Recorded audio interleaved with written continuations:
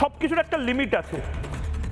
শারজিল ইমামকে, উমর খালিদকে আমরা আইডিয়ালাইজ করতে পারবো না।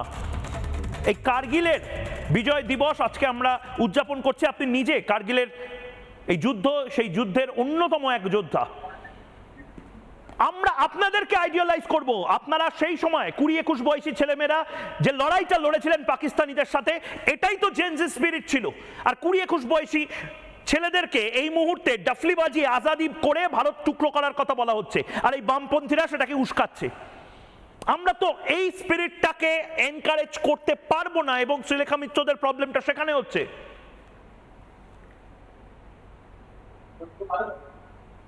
ময়ূক একদম ঠিক। আজকে 27 বছর পার হয়ে গেছে এবং এমন একটা দিনে আমরা এটা আলোচনা করছি। খুবই দুঃখ হয় 527 জন এই অপারেশন বিজয় অথবা কার্গিল দিবস যাই বলেন, এতে 527 জন ভারতীয়, তাদের রক্তে ভারত লাল হয়ে গেছে। এবং আমাদের সার্বভৌমত্ব অক্ষুণ্ণ রাখার জন্য এই 527 জন, আপনি যেটা বলে দিলেন 19-20 বছর 21 বছর, এই বাংলার ছেলে কনাক ভট্টাচার্য এর ডাফলি বাজিয়ে ওখানে এই আর গতকাল যে ঘটনাগুলো দেখলাম 2-3 দিন ধরে ককরোচ পার্টিদের মতন ডাফলি বাজিয়ে ওখানে জানি দেশে সার্বভৌমত্ব ইন্টিগ্রিটিকে অক্ষুণ্ণ রাখার জন্য প্রাণ দিয়েছে। এক, দ্বিতীয়ত প্রায় 1600 লোক, তাদের কারোর হাত কেটে গেছে, পা কেটে গেছে, চোখ বন্ধ হয়ে গেছে, জীবিত আছে কিন্তু এই দেশের জন্য।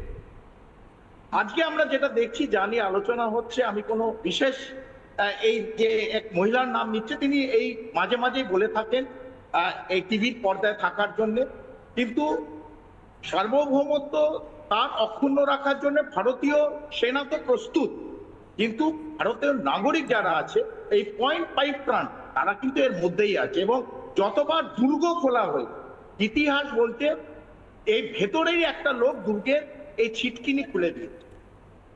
তাই ভারতকে অক্ষুণ্ণ রাখার জন্য যেমন আমরা সবাই লড়াই করছি, এই 0.5 প্রাণকে যেটা আপনি বারবার বলছেন, তাদের কিন্তু পিন পয়েন্ট করা উচিত।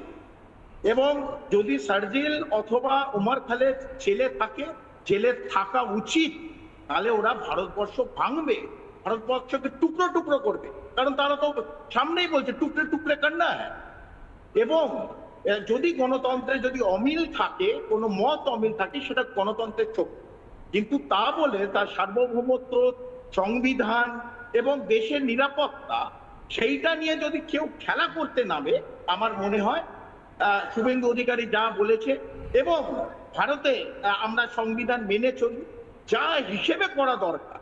আমি আর টিভির পর্দায় আজকে কার্গিল দিবস আর এর থেকে খারাপ নিচে নামতে চাই না, সেইভাবেই তাদের ট্রিট করা উচিত। এবং প্রধানমন্ত্রী কে এবিসিডি নাম যেই হোক, আমরা ভালোবাসি আমাদের প্রধানমন্ত্রী, ভারতের প্রধানমন্ত্রী। আজকে নরেন্দ্র মোদী আছেন, কালকে আরেকজন থাকবে, তা বলে তার নামেও এটা বলা যায় না।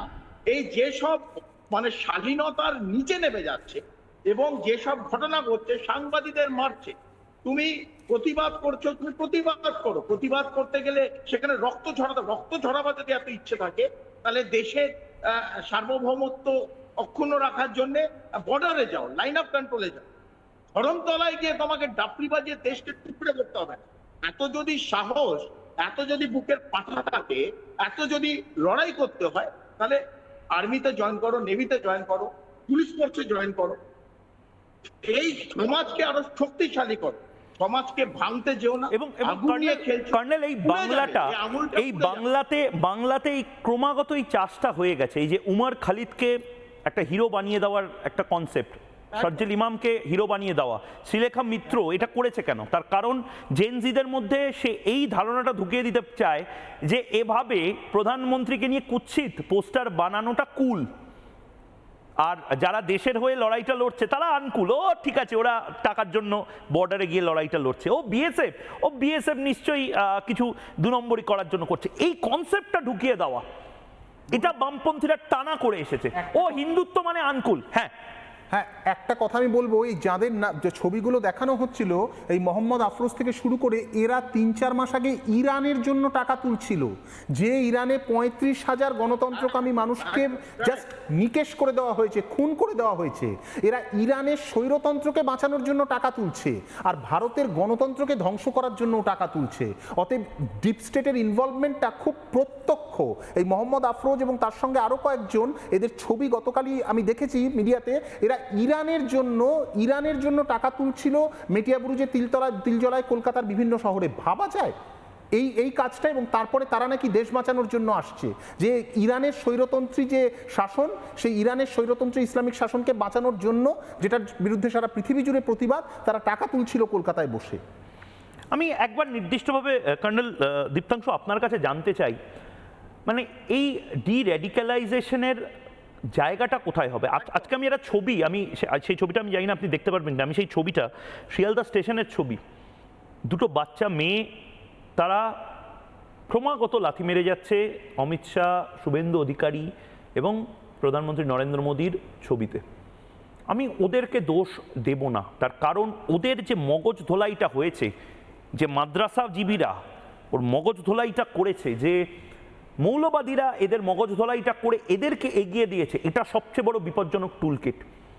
এই বাচ্চাদের বিরুদ্ধে ভারত রাষ্ট্রকে একটা মুখোমুখি জায়গায় নিয়ে আসার চেষ্টা, এটা আমি ধর্মতলার দিনও দেখেছি। ধর্মতলার যে বাচ্চা বাচ্চা ছেলেমেয়েরা যাদেরকে বামপন্থীরা উস্কে দিচ্ছিল, তাদের মধ্যে থেকে একজন যদি ফোর্ট উইলিয়ামের দিকে এগিয়ে গিয়ে কিছু একটা কাণ্ড ঘটানোর চেষ্টা করতো, পাল্টা যদি ইন্ডিয়ান আর্মি সেখানে ইনভলভ হয়ে পড়তো, একটা ইন্টারন্যাশনাল হেডলাইন চায় এরা নিটের সাথে কোনো দূর দূরান্তর অব্দি যোগাযোগ রাখছে না। এরা একটা ইন্টারন্যাশনাল হেডলাইন চাচ্ছে, যেখানে ওরা চাইছে ভারত কতটা খারাপ, ভারত সংখ্যালঘুদের জন্য কতটা খারাপ রাষ্ট্র, ভারত বাচ্চাদেরকে কি করে ট্রিট করে, ভারত ছাত্রদেরকে কি করে ট্রিট করে, এরকম একটা কোনো ন্যারেটিভ সেট করতে। আপনার কি মনে হয়?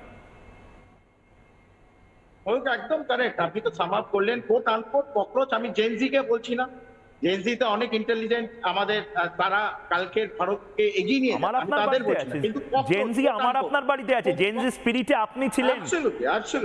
Colonel, celebrate yourself. আমরা আপনাদের জন্য গর্বিত, যারা ইন্ডিয়ান আর্ম ফোর্সে ছিল, যারা 17-18 বছর বয়সে জাতীয়তাবাদ কি জেনে ওই কঠিন ট্রেনিংগুলো পাস করে তারপরে আজকে ইন্ডিয়ান আর্ম ফোর্স থেকে ভেটারেন হয়ে আজকে আমাদের সামনে এসেছেন। We salute you. Gen Z spirit যদি কিছু হয়, সেটা আপনারা উর্দিধারীরা। Absolutely Mayukh, quote unquote cockroach, আমি quote unquote cockroach in the real sense. এই যাদের এই আমরা দেখলাম ধরমতলায়, এই ককরোচদের কিন্তু বাড়তে দেওয়া যাবে না। ককরোচদের বাড়িতে যেরকম ভাবে পরিষ্কার করা উচিত। সরকার চেঞ্জ হয়ে গেছে, এটা তুষ্টিকরণের আর সরকার নেই, আনফরচুনেটলি। এখানে বলবে না কোনো মুখ্যমন্ত্রী বিএসএফ পয়সা নেয় এবং বিএসএফ মুখ ঘুরিয়ে থাকে এবং লোক ঢুকিয়ে দেয়, এই জায়গায় নেই। তো লোককে বুঝতে হবে, পশ্চিমবাংলা, নতুন পশ্চিমবাংলা, সেখানে যদি এই ঘটনা ঘটতে থাকে, কোট আনকোট ককরোচ যদি করতে থাকে, সে কোনো বড় মহিলা ককরোচ অথবা ছোট ককরোচ, তাদের যে আইন শাসন আছে তার মধ্যে দিয়ে, সংবিধানের মধ্যে দিয়ে, যদি ওমর খালেদ এখনো সে জেলের মধ্যে থাকে, অনেকের কান্নায় বুক ফেটে যায়, চোখ জল ভিজে যায় ওমর খালিদের কথা। দেশকে যারা ভাঙতে চায়, ভেতর থেকে ভাঙতে, বিশেষ করে বাইরের থেকে আমরা দেখে নেবো, ভেতর থেকে যারা ভাঙতে চায়, তাদের যা করার দরকার, এটা ভারত সরকার অথবা পশ্চিমবাংলার সরকার, আমরা তাদের পাশে দাঁড়িয়ে আছি। আমি নির্দিষ্টভাবে নানা ধরনের কন্টেন্ট দেখার জন্য লাইক করুন, শেয়ার করুন আমাদের ফেসবুক পেজ, সাবস্ক্রাইব করুন আমাদের ইউটিউব চ্যানেল। পাশাপাশি অন্যান্য ব্রেকিং নিউজের জন্য অবশ্যই চোখ রাখুন রিপাবলিক বাংলায়।